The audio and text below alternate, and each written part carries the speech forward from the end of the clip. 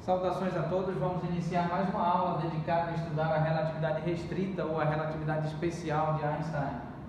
Então, prosseguindo com o nosso trabalho, vamos calcular agora para μ igual a 3, μ igual a 2, fizemos para μ igual a 0, μ igual a 1 e agora para μ igual a 2. Vamos aqui.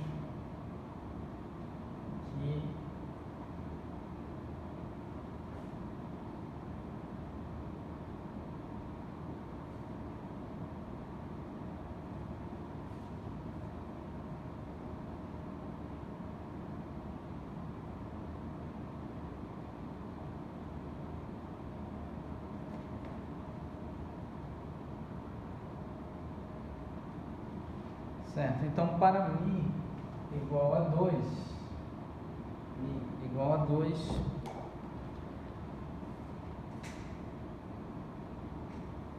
vamos então calcular, nós temos x sobre índice linha componente 2, somatório em μ variando de 0 até 3, L componente sobre índice 2 subíndice μ, x sobre índice μ componente contravariante. Então aqui x sobre índice linha componente 2 é L20x0 mais L21x1 L22x2 mais L23x3. Muito bem. X sobre índice linha componente 2, nós sabemos que é o y sobre índice linha. Isso é igual a L20, componente 0 é CT, aqui L21, componente 1 é x, L22, componente x2 é y, e L23, componente x3 é z. Pois bem, nós sabemos que para as transformações de Lorentz relativas a dois referenciais inerciais, a saber, o referencial O sobre índice linha, movimentando-se em movimento retilíneo e uniforme em relação ao observador O ao longo do eixo X, coincidindo previamente para T igual a T sobre índice linha igual a 0, coincidindo a origem do sistema de coordenadas com os eixos X com x sobre índice linha, y com y sobre índice linha, z com z sobre índice linha, para t igual a t sobre índice linha igual a 0. Então nós temos um movimento ao longo do eixo x, e esse movimento ao longo do eixo x é um movimento do tipo retilíneo e uniforme, de modo que a velocidade, o módulo da velocidade vetorial ao longo do eixo x não muda com o tempo, não varia ao longo do tempo e ao longo do espaço. Então, nós temos dois referenciais inerciais entre si, e as transformações de Lorentz calculadas nesse contexto de um espaço quadridimensional, de um espaço-tempo de 4 dimensões, mais especificamente um espaço-tempo de 4 dimensões de Minkowski, nós já sabemos quais são as transformações de Lorentz nessa configuração. E a transformação de Lorentz é essa aqui, y igual a y sobre índice linha igual a y.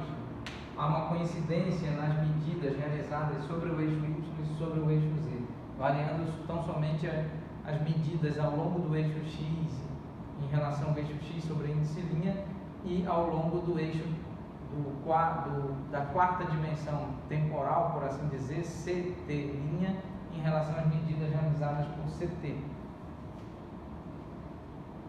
Muito bem, então, com base nesta expressão, nós podemos reescrever aqui essa expressão convenientemente da seguinte forma: 0 multiplicado por CT mais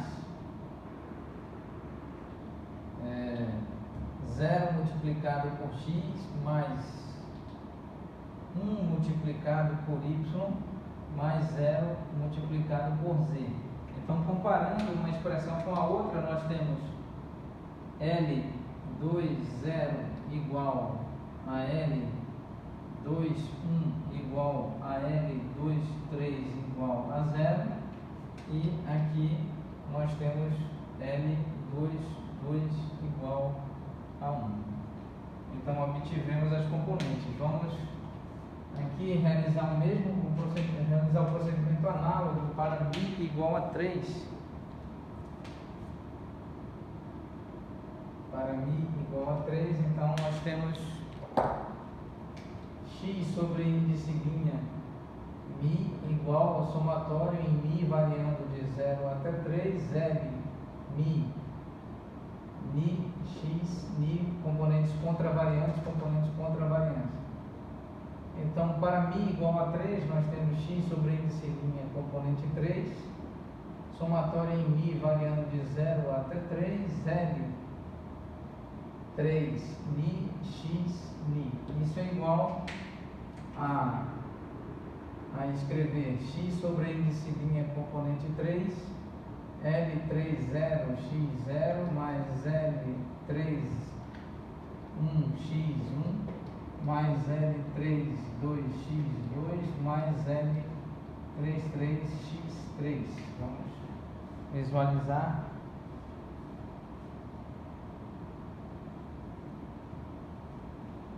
Pois bem, então aqui nós sabemos com base nas transformações de Lorentz que z' é igual a z.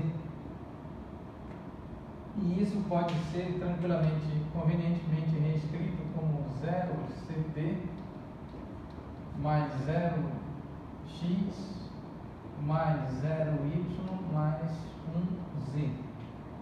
Então, comparando os termos, L30, comparando os termos, nós temos aqui, ainda calculando, nós temos x sobre índice linha componente 3, L30ct, depois a componente 0 de x é ct, mais L31 é x1, componente x1, componente 1 de x é x, componente 1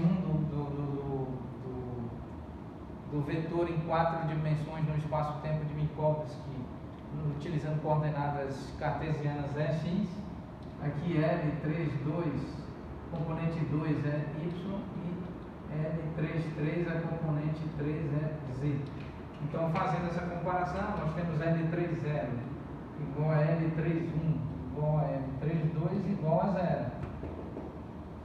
Ao passo que L33 é igual a 1. Então, nós temos toda a estrutura de componentes da matriz de transformação de Lorentz no espaço-tempo de 4 dimensões de Minkowski, considerando que o observador O sobre a índice linha movimenta-se em movimento retilíneo e uniforme ao longo do eixo, única e exclusivamente ao longo do eixo X, mantendo inalteradas as medidas em relação ao eixo Z e ao eixo Y, variando somente as relações entre T' e T e as medidas entre X' e X.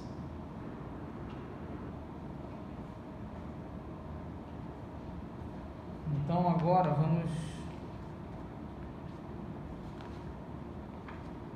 construir a matriz de transformação de Lorentz. Faremos essa construção durante a próxima aula. Muito obrigado a todos.